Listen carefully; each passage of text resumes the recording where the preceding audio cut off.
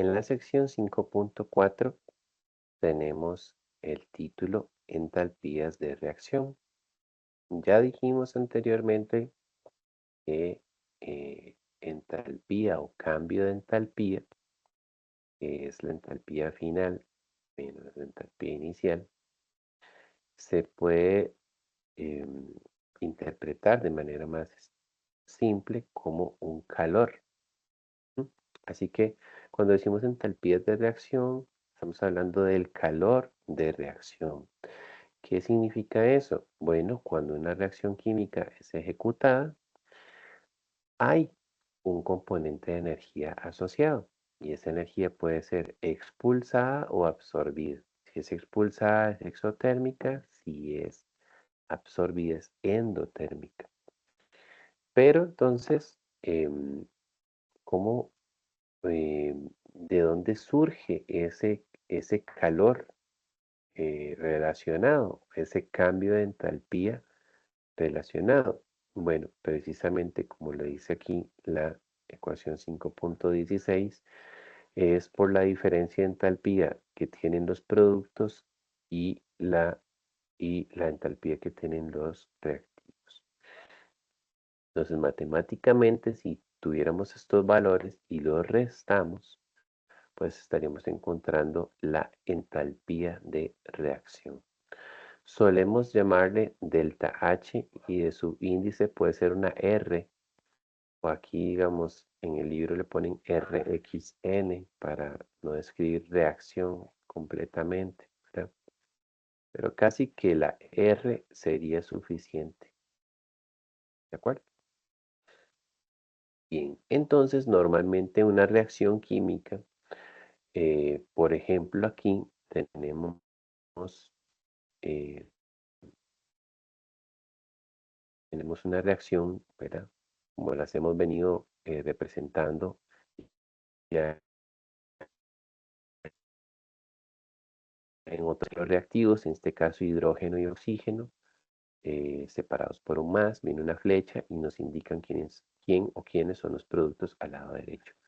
Pero ahora lo que estamos introduciendo en este capítulo es que además de que yo presento la reacción, yo puedo o debo, depende de la situación, pero yo tengo un componente de energía asociado con esta reacción química.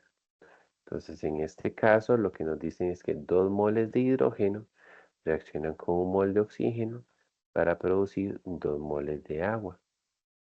Y este proceso, así como está escrito, tiene un cambio de entalpía de reacción, o en otras palabras, un calor de reacción igual a menos 483.6 kilojoules. El signo negativo del delta H nos indica que la reacción es exotérmica, o sea que expulsa calor cuando ella avanza. ¿De acuerdo?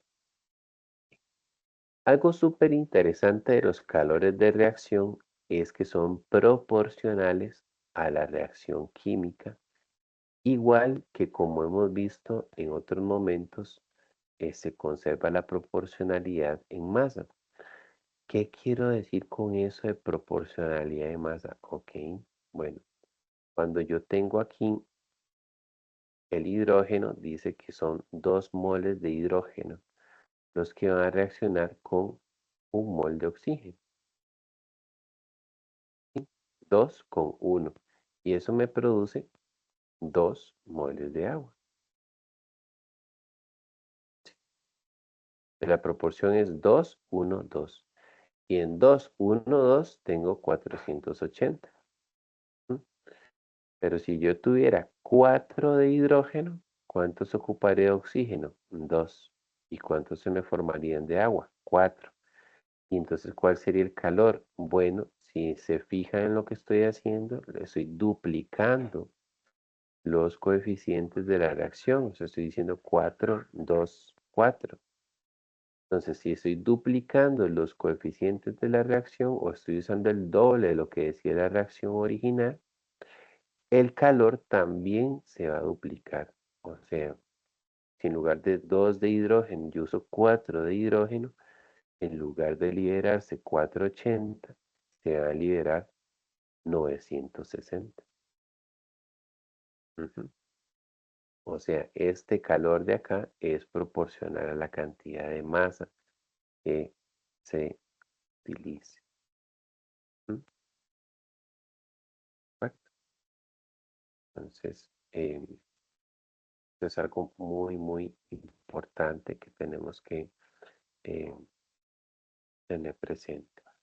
Bueno, aquí vienen unas imágenes famosas, ¿verdad? En algún momento esta reacción entre el hidrógeno y el oxígeno eh, es altamente exotérmica, ¿sí? Y este es un accidente famoso que nos muestra aquí en la figura 5.15 que tiene que ver con hidrógeno, ¿verdad? Esto es como un dirigible, no sé si saben qué son o si han tenido la oportunidad de ver alguno alguna vez, pero son como unos grandes globos que se inflan con algún gas que flote. Ujú. Y esto tiene aquí como unas cabinas donde lleva pasajeros, ¿verdad? Entonces se utilizaba como un cierto tipo de avión, por decirlo así, propulsado un poquitito como por el viento. Eh, y bueno, aquí pasó una tragedia, un accidente. Eso fue hace muchísimo tiempo, en 1937.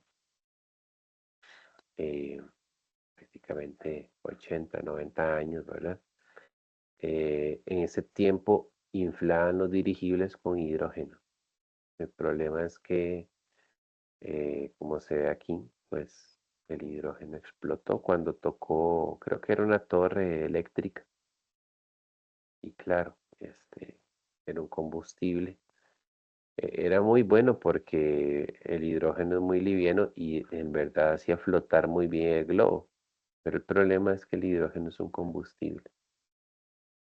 Entonces, bueno, pasó ese accidente ahí. A partir de ese momento se dejó de utilizar hidrógeno para los dirigibles y se empezaron a llenar con helio, que también es un gas muy liviano.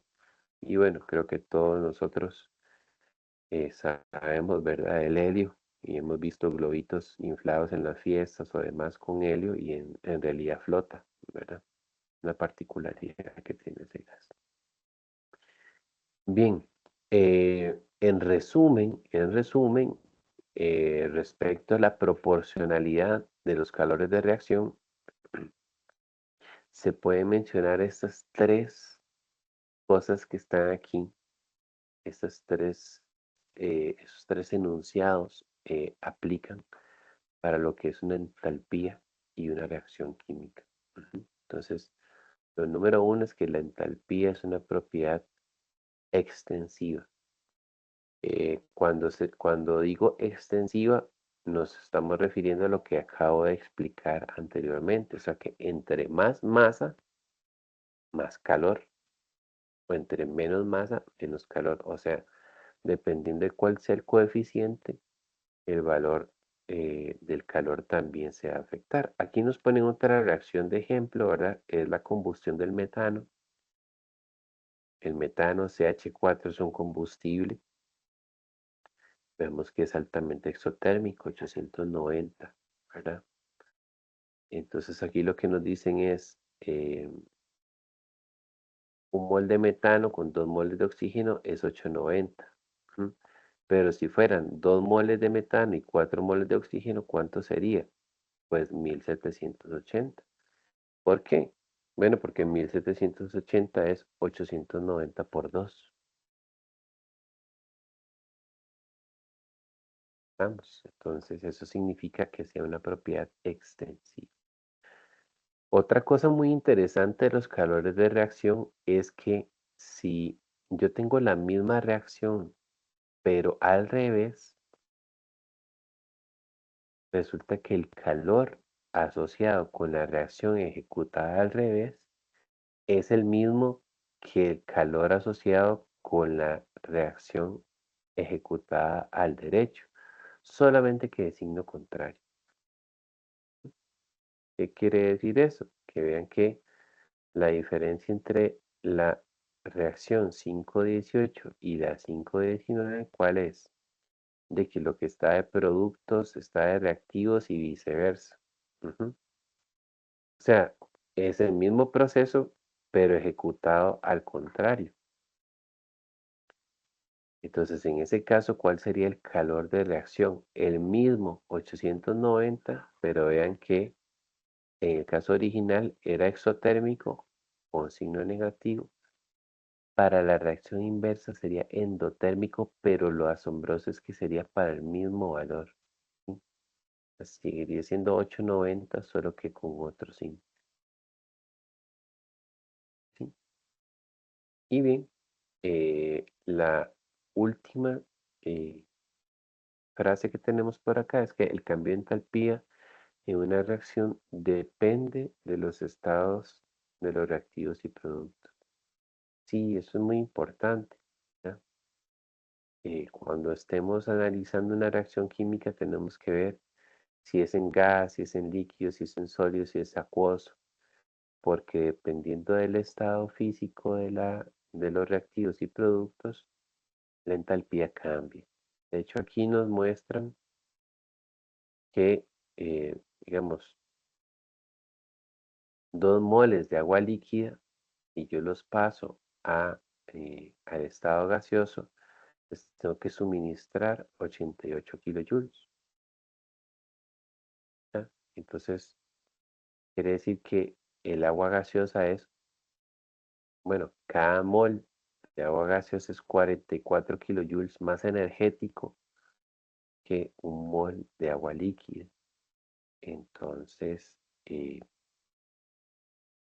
importante saber o determinar con cuáles estados físicos es que se va a trabajar la reacción, porque si el líquido o el gas, la entalpía sería distinta. ¿Correcto? Sí. Y tal vez para finalizar esta sección, aquí tenemos el ejercicio resuelto 5.4. Tenemos una pregunta: ¿cuánto calor se libera cuando 4,5 gramos de gas metano se queman en un sistema a presión constante? Entonces, primero que todo, dice que utilicemos la información de la ecuación 518. La información de la 518 es esta, ¿verdad? Aquí tenemos que un mol de metano produce 890. Pero como nos está hablando allá en el ejercicio de 4,5 gramos, esos 4,5 gramos tendremos que pasarlo a moles para nosotros poder utilizar esta relación. Yo sé que un mol de metano me da 890, pero yo ocuparía saber 450 gramos, ¿cuántos moles son? Si aquí sacamos la masa molar del metano, pues el carbono pesa 12 y el hidrógeno pesa 1, son 4, son 16. Entonces, yo podría tomar esos 4,5 gramos de metano y dividirlos entre 16. Con eso lo paso a moles de metano. Y luego yo sé que un mol de metano me produce 890 kilojoules. Ejecuto este cálculo y veríamos que la energía que se liberaría si yo uso 450 gramos de metano serían 250 kilojoules. Ujú. Sí, entonces lo que podemos ver es eso, que como es una propiedad extensiva, yo digo, bueno, ¿cuál es la masa que me están dando? Eso lo paso a mol. Si la masa me la da en mol, pues ya la tengo. Pero si me la da en gramos, la paso a mol. Y ya cuando lo tenga en mol, yo lo multiplico por el factor que me dijo la reacción. En este caso, la reacción me decía que un mol de metano me da 890. Y con eso puedo ejecutar entonces el cálculo. Vamos. Bien, y entonces eso sería lo que tendríamos en esta sección 5.4.